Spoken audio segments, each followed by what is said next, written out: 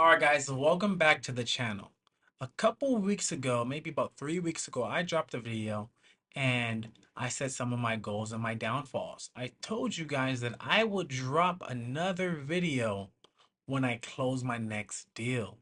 I definitely closed my next deal and it was 3 days ago on July 15th, 2024. It is July 17th, 2024 as I record this video. Today, I'm going to tell you how exactly I got that deal and how I plan on getting more and how you guys can implement this to get you your first deal. I'm gonna talk the numbers. I'm gonna talk how I found a buyer. I'm gonna talk more of my downfalls. I actually brought this deal up in my last video. I'm just letting you know that it closed, and we're gonna go from there. Okay. So this is a wholesale deal that I did, and it was a total assignment fee of $10,000. We'll get into how much I netted from that after I tell you guys how I got the deal, found the lead, and marketed. So this deal came from me calling a list. The list was uh, absentee homeowners that have owned the property for 30 plus years. Okay, so they're basically homeowners that don't live there, but they've owned the property for 30 plus years and they have at least two properties to their name. Okay, I pulled a list of about 1,500 ish, 1,200 people. And I know from my numbers, about every thousand or so, there's always been a deal in there. I've probably pulled about 13,000 total leads, maybe 12 or so, and I've gotten about 13 or 12 deals in totality. So my numbers have always been in a moderate market that's not too saturated, about 1,000 leads, cold leads. I'm talking about just a list of 1,000 people I've contacted and I've closed deals from.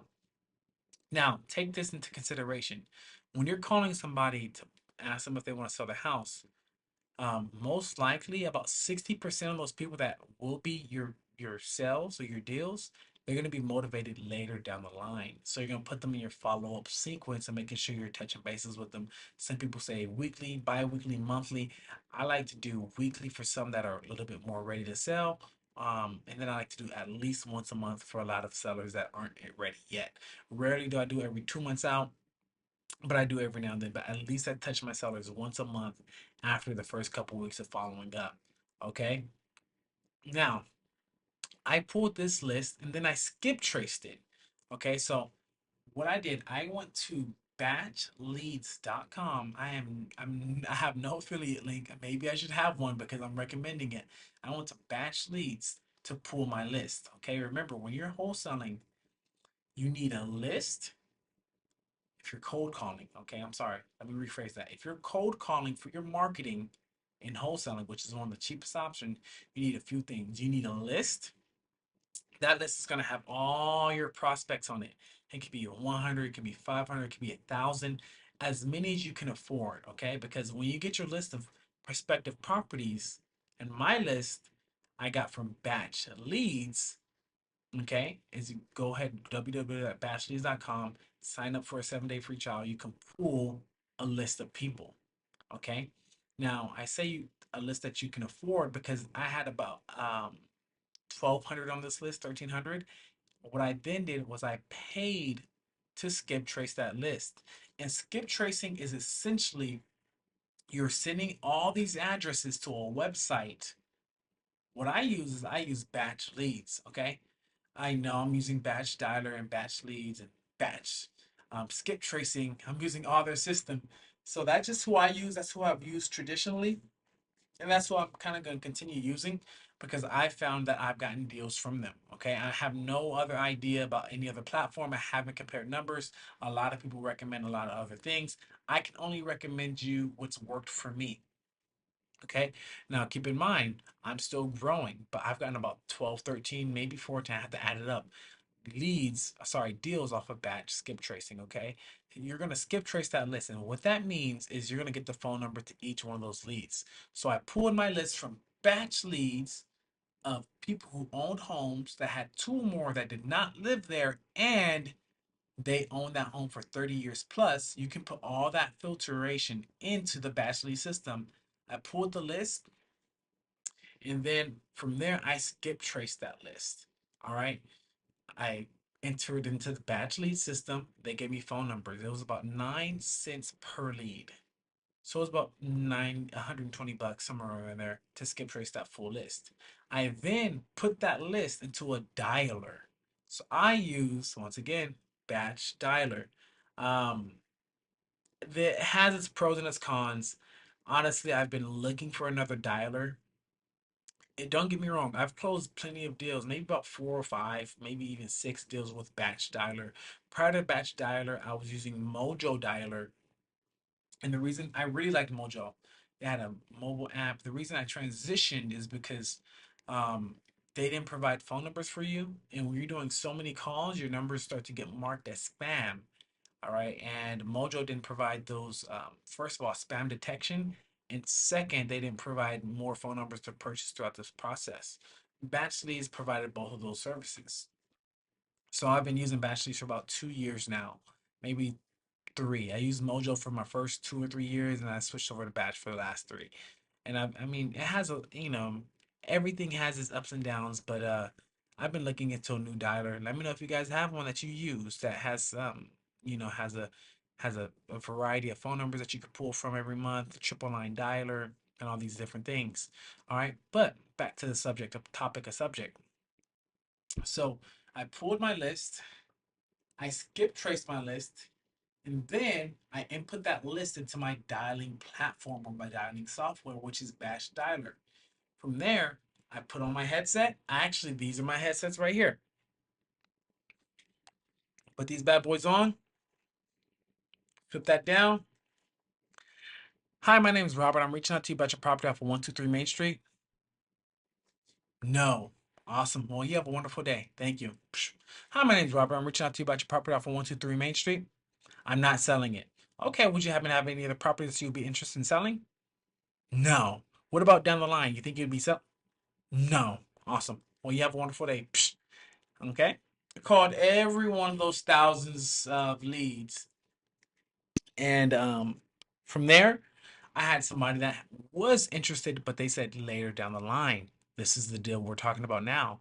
I pulled that list back in February. I'm closing in July. So it was about a 5 month turnaround. Okay. And maybe, sorry, 4 month turnaround, whatever I didn't do the math right. But, anyways, so I pulled that list. I got in contact with her. And here's the situation with this seller. She said, no, I'm not interested in selling that property, but I have another property that I would be interested in selling. Okay. She sent that in a text message to me. And I had my Google Voice for my text. And I said, okay, awesome. And then she said to me, I can't even pull up the text. Maybe I'll pull up the text and show it in here. Can you show me something that credible about your company? I said, yes, I can actually show you closing documents and statements with our name on it. And then I also, this was a tough question. If you get asked this question, um, it's a few different ways to come back from it. But now I've been doing it for so many years. I've built relationship with buyers. Okay, I use one of my buyers' name. I said, hey, I work closely. This is one of our sister companies, and it was my buyer's name. I've done some double closes, and double closes make it come as it's like, hey, Robert Thompson closed on the property, even and I did, but then I sold it immediately to a buyer. Okay, so I have the paperwork for all those. You get paperwork every time you close. All right, if you need help with credibility, reach out to me. You can say I'm one of your companies that your sister companies or companies that invest with you, and you can send my name or my home my LLC down there with somebody that's requesting a credibility packet. I say, hey, I don't have a credibility packet. I could send you paperwork and you could talk, I could send you paperwork and you can call the title company and ask about Robert Thompson or my LLC. Okay. And because I've closed deals at that title company and I would release that information to you. So what I did, I went and found HUD statements or closing statements that had my name on it or that had my buyer's name on it, and I sent it to him. I said, hey, these are properties we've closed on. I sent it to her in a Google Drive. Following that, she then sent me the property she was interested in selling. She said she wanted 125 for it. Had so I looked around for some buyers. I couldn't find any in the first couple of days, and this is my problem. When I can't find a buyer for a couple days, this is my problem. I'm not saying be like this. I'm saying be better. I start to look for JVs. It's not a bad problem because I got the deal closed. All right, so I found a JV partner because I could not close this deal, and I wanted somebody that was local to the area. Because remember, I'm all virtual to close this deal for me. I wanted somebody in the area that can walk the property, bring the buyers, and things like that. Because this type of seller is really kind of involved in it, and I wanted somebody to be there when the buyer showed the property. So, um, I partnered with somebody, did a JV deal. We signed a joint venture agreement. He brought a buyer to the table. I had the property under contract at 125. The buyer came at 133, and we were looking for a 10K fee. So I negotiated with the seller 123. So I said, hey, seller, this is where we have to be at for this to happen. Got the property under contract for 123. And remember, when you negotiate any other price outside of the price that you agreed with the seller, you have to amend the contract. When you amend something, that means you're changing something in the agreement. So an amendment is what you have to send if you have to renegotiate that price. And all you do is draft up a document. This amendment is in reference to the purchase and sell agreement made on July 2nd of 2024. The price will no longer be 125,000. The new purchase price will be 123,000. There was another thing she actually it was a 4 unit property. Three of the units were rented, one was vacant. She said she was going to rent it out by the first of the month. I had to tell her, hey, we don't want you to rent that unit out by the first of the month. We're going to amend the contract saying that top unit will be vacant because the buyer had a son that wanted to move in the property and rent out the top unit. Okay, so the buyer was like, hey, make sure that top unit is vacant. Okay. Although when I got the property under contract, it was vacant. It's just that the seller told me she didn't plan on keeping it vacant. She planned on putting a new tenant in the first of the month. So in our original contract, I said she could have it vacant or not. And then I had to amend that and say, hey, um, we want the top unit vacant and the new purchase price is gonna be 123,000. Okay. So from there, we got the new purchase agreement, 123,000. The buyer's at 133. Um, we actually had to amend the closing date as well, because the original closing date was for like the first week of July. As you can see, as I stated in this video, we didn't close until July 15th. So it went from about July 5th to July 15th, about 10 days out. Not too bad because the buyer actually wanted to do a conventional loan on the property. So he had to get an appraiser in there. We were already under contract with the buyer anyway and the seller. He had to get an appraiser in there. He got conventional financing. It appraised, I think, at 140, and we had under contract for 133. So not too bad. We were pretty close to the appraiser's price. Um, and we closed on it. Okay. Some things I didn't state that happened that were in there. One is that scheduling. You make sure that when you're scheduling your viewing for your buyer to walk the property, you're reaching out to the homeowner. Hey, I just want to make sure all your tenants are there for us to, be able to get in the property. That's one thing. The second thing is, hey, seller, I just want to make sure that you have your rent rolls, your lease agreements, who's paying what, proof of rent, whatever the case, whatever that looks like. We need to get those documents prior to us taking over the property. So make sure your seller has those lease agreements. Make sure your seller has those rent rolls or proof for payment, and make sure you're asking who pays for utilities. All right, those are three things you need to make sure you're asking the seller in the preliminary process when you're pre-qualifying that seller, because the buyer is going to want them.